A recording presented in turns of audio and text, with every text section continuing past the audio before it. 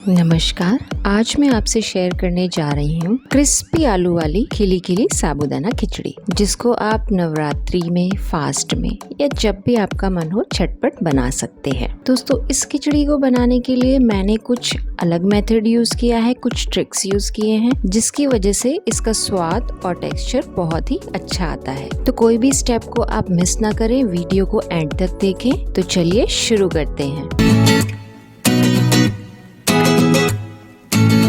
दोस्तों, खिली खिली साबूदाना खिचड़ी बनाने के लिए सबसे इम्पोर्टेंट है साबूदाने को भिगोने का तरीका। यहाँ पर ज़रूरी है कि आप साबूदाने को कम से कम 2 से 2.5 घंटे के लिए पानी में सोक करें। और दोस्तों, यहाँ पर हमें साबूदाने को कभी भी बहुत ज़्यादा पानी में सोक नहीं करना है। यहाँ पर जो हमारे साबूदाने का लेवल है, उस लेवल से हल्का सा नीचे हमें पानी रखना है। यहाँ पर मैंने 1 कप साबूदाने को 2.5 घंटे के लिए वाटर में सोक कर दिया है। अब 2.5 घंटे के बाद देखिए हमारे साबूदाने का टेक्सचर कितना अच्छा है। यहाँ पे बिल्कुल भी एक्स्ट्रा वाटर नहीं बचा है और साबूदाना एकदम खिला खिला भीगा है। साबूदाना खिचड़ी बनाने के लिए हमें चाहिए 2 कप पतले पतले कटे हुए आलू, 2 कप रफली कटे हुए टमाटर, बारीक कटा हुआ धनिया, कद्दूकस किया हुआ अदरक और बारीक कटी हुई हरी मिर्च।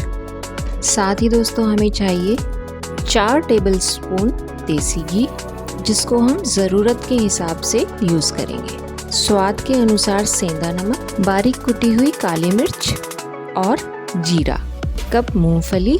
अब मैंने यहाँ पर एक पैन ले लिया है जिसमें कि मैं 2 टेबलस्पून देसी घी डालूंगी। इसके गर्म हो जाने के बाद मैं इसमें मूंगफली को अच्छे से डार्क ब्राउन होने तक भूनूंगी। मूंगफली को हम मीडियम आंच पर भूनेंगे, जिससे कि वो अंदर तक भून सके। अब आप देख सकते हैं कि मूंगफली जो है हमारी वो अच्छी तरीके से भुन चुकी है। तो हम इसको पैन से निकाल लेंगे।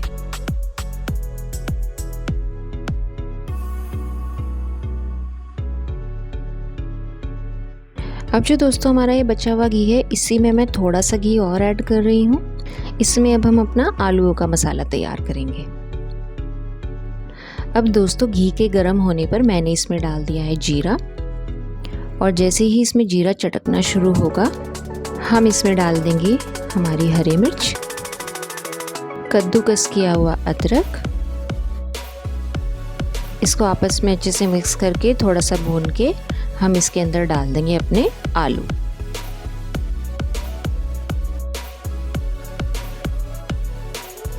अब आलूओं को इस मसाले के साथ में मिक्स करने के बाद हम लिड से थोड़ी देर के लिए ढक देंगे, जिससे कि आलू थोड़े सॉफ्ट हो जाएं।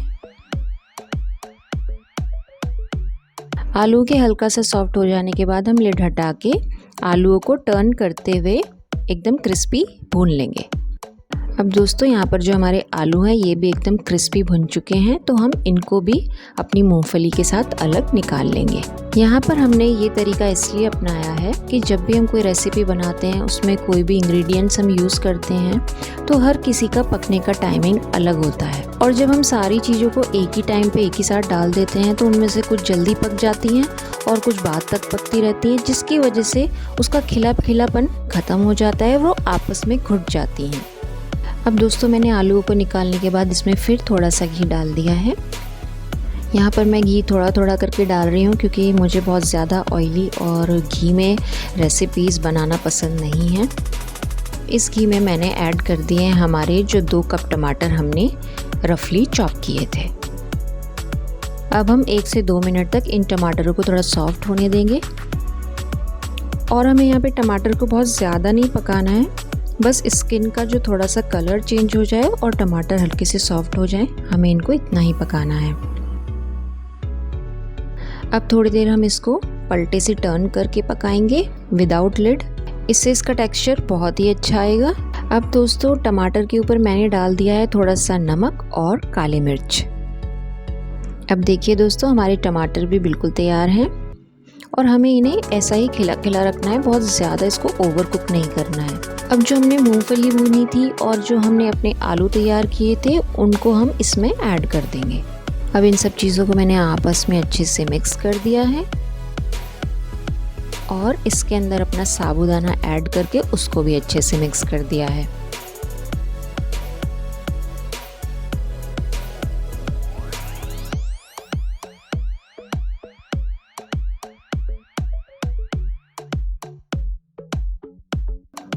दोस्तों जो साबूदाना होता है उसको पकने में बहुत ज़्यादा टाइम नहीं लगता है, ये 5 से 6 मिनट में पक जाता है। तो हमें यहाँ पर साबूदाने को भी बहुत ज़्यादा ओवर कुक नहीं करना है, वरना ये आपस में चिपकना स्टार्ट हो जाता है।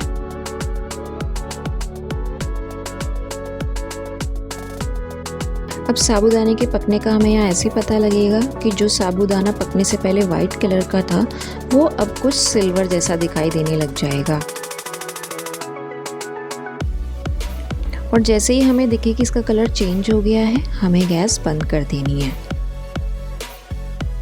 अब यहाँ पर देखिए दोस्तों, हमारे साबूदाने का जो कलर है वो चेंज होने लग गया है। अब हमने इसके ऊपर डाल दिया है सेंधा नमक और काली मिर्च। अब हम इसको ट्रांसफ़र कर देंगे किसी भी बोल में, करेंगे हरे धनिए से गार्निश और आनंद लेंगे खिली खिली साबूदाना खिचड़ी का।